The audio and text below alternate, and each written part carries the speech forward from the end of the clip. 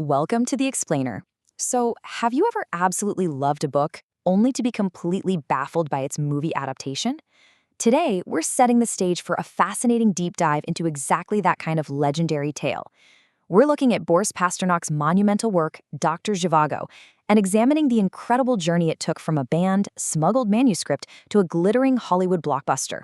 It's a story of clashing mediums, where the fundamental essence of a narrative was completely reshaped as it moved from the page to the silver screen.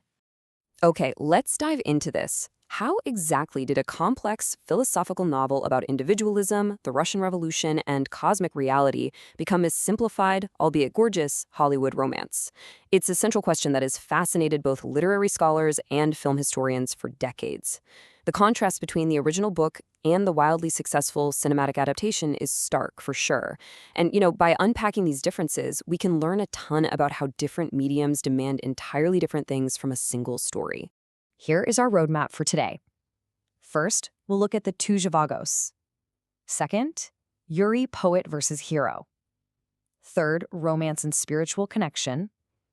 Fourth, erasing the philosophical depth. And finally, the critical divide.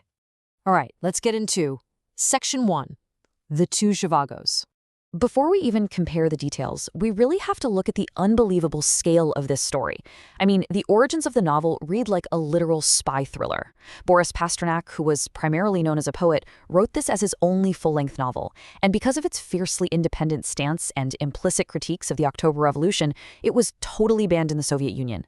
But in 1957, the manuscript was secretly smuggled out of the country to Milan by a publisher named Giangiacomo Filternelli.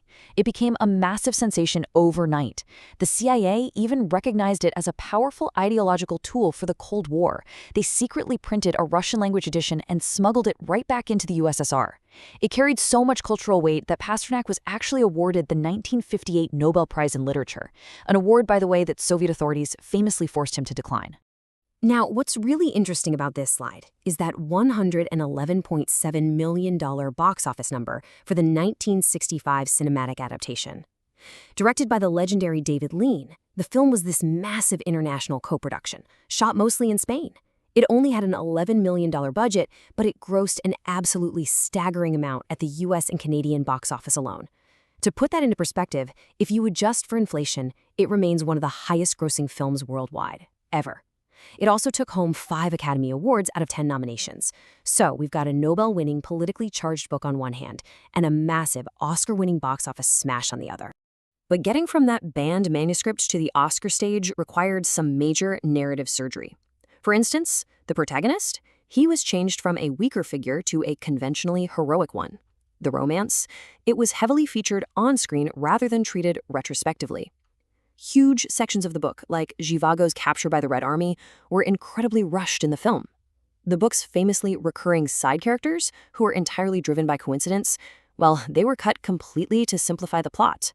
And above all, analysts note a significant loss of philosophical depth. Moving right along to Section 2, Yuri, poet versus hero. In Pasternak's original vision, Yuri is sensitive. He's idealistic and almost mystical, really. He is heavily defined as a poet, a 20th century version of the classic Russian literary archetype known as the superfluous man. He's a Hamlet-like figure, arguably weaker, highly imperfect, and just overwhelmed by the crushing realities of history. In the film, played by the famously dashing Omar Sharif, Yuri is totally transformed. He is still a poet and a doctor, sure, but he is presented as a far more traditionally heroic, active, and romanticized figure, bravely facing down the chaos around him. To truly understand Book Yuri, we just have to look at this quote directly from the novel. Without risk and inner sacrifice, art is unthinkable. In the source material, Yuri's dual identity is deeply symbolic. He is a physician, which represents healing the physical body, and he is a poet, which represents expressing the soul.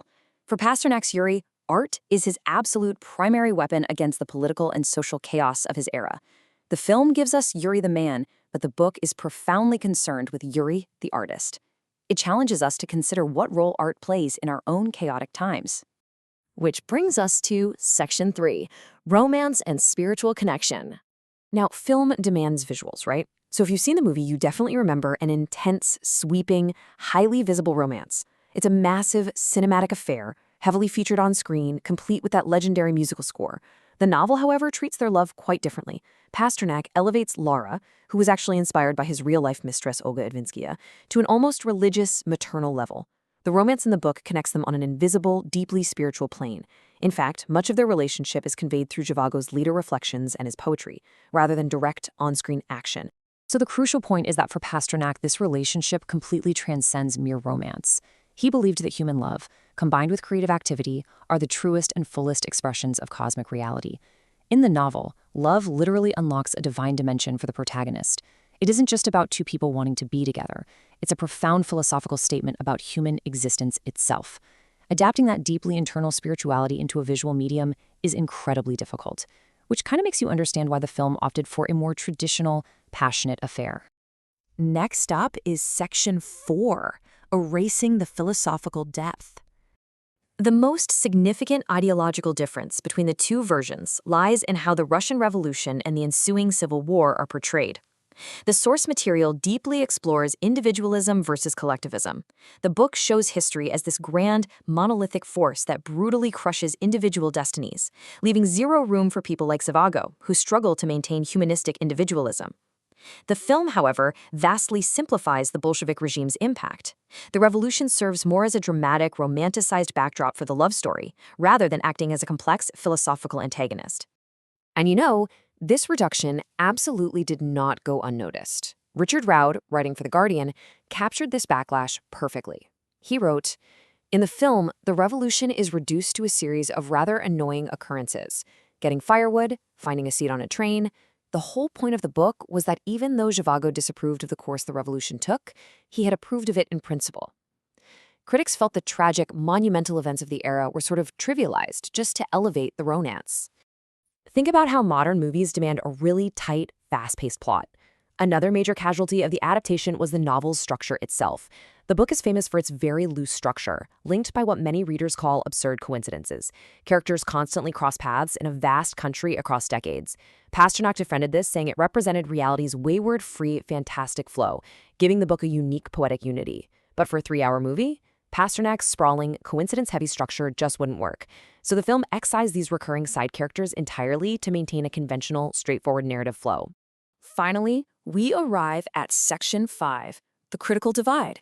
When the novel hit the West, it wasn't just well-liked. The literary praise was astronomical. V.S. Pritchett famously declared it the first work of genius to come out of Russia since the Revolution. The renowned critic Edmund Wilson went even further, stating it would be one of the great events in human literary and moral history. It was massively celebrated for its immense patriotic feeling, completely without a trace of empty propaganda. And this brilliantly illustrates how polarizing art can be, because even this Nobel-winning novel had major haters, leading to a fascinating literary feud. Literary giant Vladimir Nabokov, who, interestingly enough, had actually praised Pasternak's poetry in the past, delivered a totally scathing critique of the novel. He called it a sorry thing, clumsy, trite, and melodramatic, full of stock situations and trite coincidences. Clearly, the poetic unity Pasternak was going for did not work for Nabokov's sensibilities at all. The film actually faced a very similar critical divide. General audiences loved it, and it won 5 Oscars, but many reviewers were brutal. Brendan Gill of The New Yorker called it a grievous disappointment, writing that it was one of the stillest motion pictures of all time. These able actors have been given almost nothing to do except to wear costumes and engage in banal small talk. The monthly Film Bulletin echoed this sentiment, stating that somewhere in the film's making, the driving force and spirit of the original novel had been entirely lost. Which leaves us with this final, lingering thought. Pasternak described his novel as a huge, moving entity. When you look at the compromises required to adapt Doctor Zhivago, you have to ask, can a streamlined cinematic film ever truly capture the philosophical depth and cosmic scale of a complex, poetic novel? Or are they simply two entirely different pieces of art that just happen to share the same name? Thank you so much for joining me on this explainer. I hope this deep dive has given you a whole new perspective on both the page and the screen. Keep learning, and we'll see you next time.